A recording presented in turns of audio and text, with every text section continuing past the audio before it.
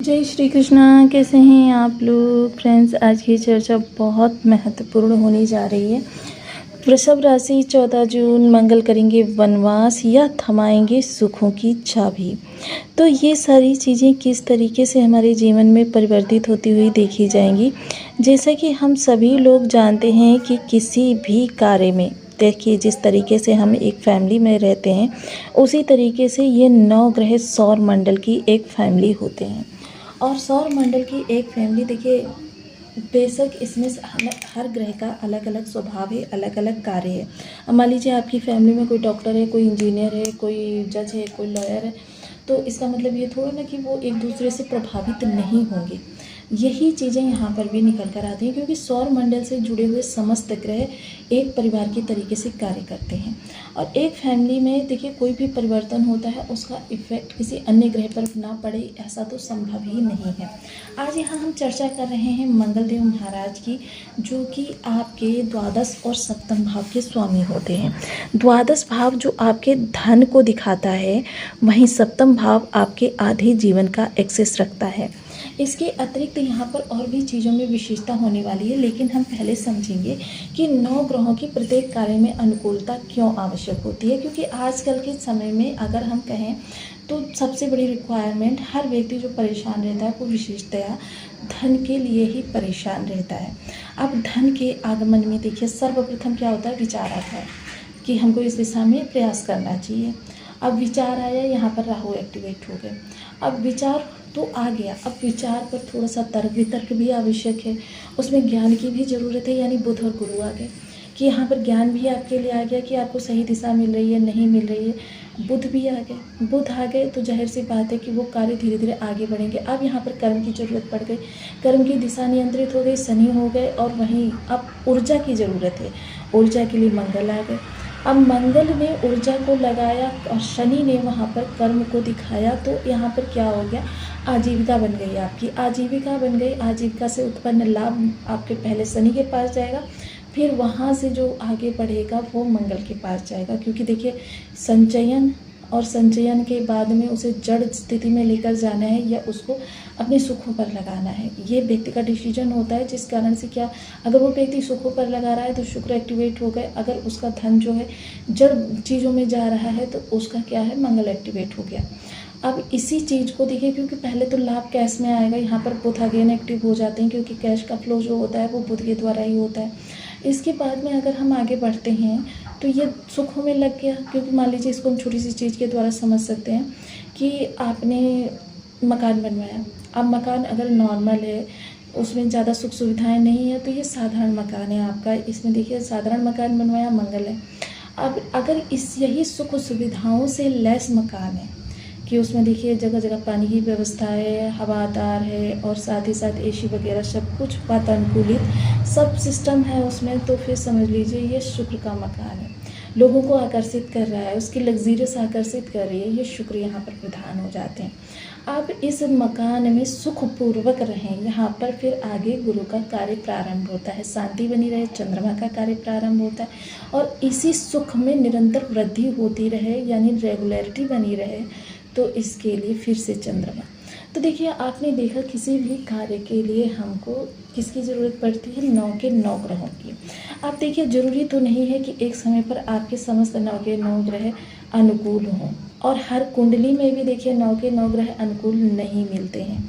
बहुत सी रेयर कुंडलियाँ ऐसी होती हैं जिनमें 9 के 9 ग्रह अनुकूल मिल जाते हैं, और ऐसे ही लोग जो होते हैं कि हर आने वाली ऊर्जा उनके लिए वृद्धि कारक होती है, कीर्तिमान को रचते हैं।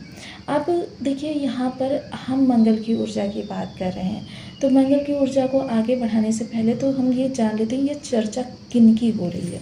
यदि आपके लग्न में 2 नंबर बना हुआ है तो ये राशिफल आपके लिए है। यदि कुंडली में कहीं भी चंद्रमा के साथ 2 नंबर बना हुआ है तो ये राशिफल आपके लिए है। कुंडली ना होने की स्थिति में आप इसे नाम राशि से भी देख सकते हैं। यदि अभी तक आपने अपने इस चैनल को सब्सक्राइब नहीं किया है तो प्लीज़ सब्सक्राइब कर लीजिए, वीडियो को लाइक कर दीजिए, चैनल को शेयर कर दीजिए। इससे होगा क्या कि हमारे आने वाले हर वीडियो की नोटिफिकेशन मिल सकेगी आपको सबसे पहले। एक प्यारा सा कमेंट करना बिल्कुल ना भूलें। कमेंट से हमें बहुत मोटिवेशन मिलता है, हौसला मिलता है और ये पता चलता है कि आप और क्या जानना चाहते हैं। सर्वप्रथम मंगल द्वादश स्थान पर बैठकर चतुर्थ दृष्टि इस स्थान पर डालेंगे, सप्तम दृष्टि षष्ठ स्थान पर डालेंगे, अष्टम दृष्टि सप्तम भाव पर। एक स्वयं के भाव में बैठकर दूसरे स्वयं के भाव को देख रहे हैं, जिस कारण से वर्तमान समय काफ़ी महत्वपूर्ण हो रहा है। जहां मंगल की डिग्री वर्तमान समय में 22 है और 22 डिग्री का मंगल जो है केवल 40% ही अपने इफेक्ट आपको दे सकता है, लेकिन यह वर्तमान समय में मानव जीवन के साथ सही तरीके से तालमेल बिठा रहे हैं। अब ये सही तरीके का तालमेल रहेगा और महत्वपूर्ण परिवर्तन क्या है, इस समय नक्षत्र परिवर्तन हो रहा है मंगल का, जो कि 21 जून तक प्रभावी रहने वाला है। 21 जून तक के ये प्रभाव रहेंगे और आपके लिए विशेषतः आपके जीवन में किस तरीके का संचार होता हुआ देखा जाएगा, इस पर भी चर्चा रहेगी। तो देखिए बहुत महत्वपूर्ण है, क्योंकि इस समय सबसे पहले तो हमको ये जानना जरूरी हो जाता है द्वादश स्थान। द्वादश स्थान देखिए एक त्रिक भाव है और मंगल का यहाँ पर होना थोड़ा सा धन के एक अपव्यय को दिखाता है और धन का अपव्यय इस समय आपके लिए काफ़ी महत्वपूर्ण स्थान पर आ गया है। यानी कि इस समय आप चाह कर भी 100% अपव्यय नहीं कर सकते हैं, यानी कि 40% ही तक आपकी, और इससे भी कम हो सकती है, इससे ज़्यादा नहीं जाएगी। तो ये तो आपके लिए प्लस हो गया। लेकिन वहीं दूसरी चीज़ हमको ये भी जाननी है कि मंगल जो है सूर्य से चतुर्थ ग्रह है सौरमंडल के अंदर, सूर्य से चतुर्थ ग्रह है। और दूसरी चीज़ क्या है कि मंगल की सतह लाल रंग की है। अब मंगल की सतह लाल रंग की है तो कि माना जाता है, ज्योतिष साइंटिफिक लोगों ने कहा है कि यहाँ पर जंग की अधिकता के कारण इसकी सतह हमको लाल रंग की दिखाई देती है। अब जाहिर सी बात है कि जब इसकी सतह लाल रंग की है, जंग की अधिकता है, तो देखिए मंगल सिर्फ यही दिखाते हैं कि अगर आपने कार्यों को डिले किया, अपने उत्साह को दबाया या आप इसको गलत दिशा में लेकर गए, तो देखिए जैसे कि लोहा जंग जो है लोहे को खा जाता है, उसी तरीके से आपके जीवन में, क्योंकि लोहा क्या है, शनि है, और जंग क्या है, मंगल है। तो जाहिर सी बात है मंगल शनि का संबंध, क्योंकि मंगल एक दबंग ग्रह माने जाते हैं। अब ऐसी स्थिति में ये आपके लिए वनवास की स्थिति उत्पन्न कर रहे हैं या सुखों की चाबी। मोस्टली देखिए एक एक भाव इस समय पर आपका ऐसा है जो आपके सुखों को बढ़ा सकता है या आपके सुखों को खा सकता है। अब ये दोनों ही चीज़ें यहाँ पर स्थिति किस प्रकार से निकल कर आएंगी, क्योंकि मंगल यहाँ पर जब होते हैं तो आपसे अपव्यय किन चीज़ों पर करवाते हैं, शो ऑफ के लिए बड़बोला बनाते हैं। मोस्टली त्रिक भाव है तो थोड़ा सा प्रभाव तो रहेगा, लेकिन यहाँ पर भी दो चीज़ें देखने में आती हैं कि मंगल देखिए सौर मंडल में तो एक ही है, लेकिन इनकी ऊर्जा जो है यहाँ पर दो प्रकार से प्रभावित करती है। कुछ के लिए नेगेटिव होगी, कुछ के लिए पॉजिटिव होगी। अब नेगेटिव किन लोगों के लिए होगी, जिनके अंदर क्रोध की अधिकता होगी, जिनके ब्लड रिलेशन अच्छे नहीं होंगे, साथ ही साथ जिनमें धैर्य की कमी होगी, अधीर होंगी, ऐसे लोगों के लिए यह ऊर्जा सदैव ही नेगेटिव रहने वाली है। लेकिन वहीं दूसरी ओर जो संयम धैर्य के साथ एकदम जोश में नहीं आ जाते, मान लीजिए कोई अप्रिय स्थिति उनके सामने हो गई, एकदम जोश में नहीं आ जाते, बात बात पर क्रोध नहीं करते, क्रोध पर संयम रखते हैं, ऐसे लोगों के लिए यह ऊर्जा बहुत अच्छी होगी। तो चलिए सबसे पहले चतुर्थ भाव का मंगल जो होता है आपके धन को अनावश्यक चीज़ों में खर्च करवाता है, मात्र शो ऑफ के लिए। आप लोगों की देखा देखी या लोगों को दिखाने के लिए इतना ज़्यादा धन का व्यय करने लगते हैं और ऐसी ऐसी चीज़ें खरीदने लगती हैं जिनकी आपको या तो आवश्यकता नहीं है या फिर फ्यूचर में कभी आवश्यकता ही नहीं पड़ने वाली, बस घर में पड़ी पड़ी वो चीज़ें खराब होती रहती हैं। वहीं दूसरी ओर देखिए कोर्ट कचहरी के कारक होते हैं मंगलदेव। अगर क्रोध पर इस समय नियंत्रण नहीं रखा तो सीधी सप्तम दृष्टि जो है षष्ठ स्थान पर है, क्रोध पर नहीं आपको आक्रामक भी बना सकती है और आक्रामक बनाकर आपके कोर्ट कचहरी को भी एक्टिव कर सकती है। विदेश भाव से जुड़ा हुआ है, यानी विदेशों से जुड़े हुए कार्य आपके सही दिशा नियंत्रित दिशा में जाते हुए देखे जाएंगे, विदेशों से बड़े लाभ को दिखाएंगे।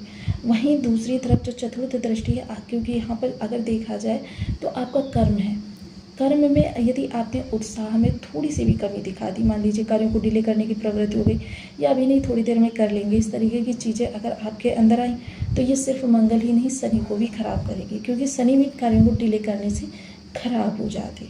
तो इस चीज़ का विशेष ध्यान रखें, जो भी कार्य आपके सामने दिखाई दे रहा है या जो भी कार्य आपका है उसको तुरंत करें, बिल्कुल भी देरी ना करें। तीसरी ओर अगर देखा जाए तो निर्णय, क्योंकि मंगल इस समय त्रिक भाव में बैठे हुए तो कोई बड़े मेजर निर्णय ना लें। अगर मेजर निर्णय लेना ही पड़ जाए तो किसी वेल विशर को या फिर अपने परिवार के किसी बुजुर्ग को या फिर जिस पर आप बहुत ज़्यादा भरोसा करते हैं कि इसके डिसीजन जो है आपके हिसाब से हितकर ही रहेंगे, ऐसे व्यक्ति को साथ में बिठाकर ही डिसीजन लें, उसे सलाह मशवरा करने के बाद।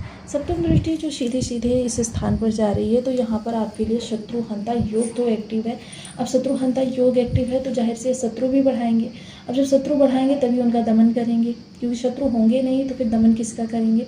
तो यहाँ पर आपके लिए धैर्य बहुत महत्वपूर्ण हो जाता है कि आपको धैर्य अधीर नहीं होना है, क्योंकि प्रथम तो कृतिका नक्षत्र होगा, दूसरा कृतिका नक्षत्र का प्रथम पाद। देखिए कृतिका नक्षत्र का जो प्रथम पाद होगा वो होगा, क्योंकि कृतिका नक्षत्र सूर्य द्वारा शासित है और सौरमंडल में चतुर्थ ग्रह यानी सूर्य का शुभ किसके पास है, मंगल के पास। तो जाहिर सी बात है आपको इन चीज़ों का विशेष ध्यान रखा होगा। प्रथम पाद जो रहेगा वो धनु का रहेगा।